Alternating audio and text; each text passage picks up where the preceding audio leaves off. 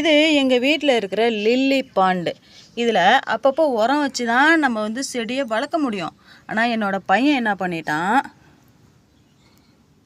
இந்த பாருங்களேன், இந்த மீன் போட்டிருக்கானா, அப்பா நிறையா மீன்கள் இருக்குது.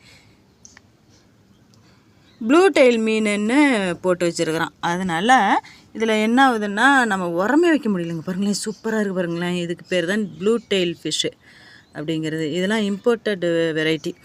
இதில் என்ன நடந்துச்சுன்னா, நேற்று இதை ரீபார்ட் பண்ணி வச்சோம். இதில் நிறையா அந்த லில்லி செடி பல்பு வந்துருந்துச்சு. அந்த பல்பு இதில் எடுத்து வச்சுருந்தேன். யாராவது கேட்டாங்கன்னா கொடுக்கலாம் அப்படின்ட்டு. பாருங்களேன், பல்பு எடுத்து வச்சுருக்குறோமா. இதில் இன்னொரு விஷயம் என்ன நடந்துச்சுன்னா, இதில் நிறைய இலைகள்லாம் இருந்துச்சு. அது ஃபுல்லாக என்ன நடந்துச்சுன்னா, இந்த மாதிரி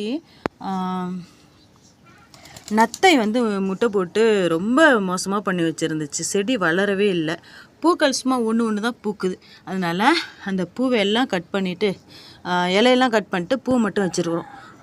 இது ஒரே ஒரு இலை தான் வந்துருந்துச்சு. இதுலேயும் ஆக்கிரமிச்சிட்டாங்க.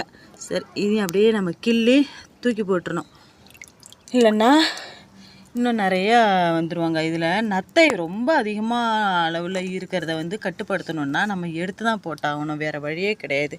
ஏன்னா நம்மளோட செடியெல்லாம் காலி பண்ணிடும். செடி வைக்கிறதுக்கு தான் ஆசைப்பட்டு நம்ம வச்சுருக்குறோமா, அந்த நத்தைகள் வந்து வீணாக்கிறதுனால நம்ம அதெல்லாம் எடுத்து தூர போட்டால் தான் நமக்கு பூக்கள் நிறையா வளரும். இதெல்லாம் பழைய பூ, அதனால் இதை கட் பண்ணிடலாம்.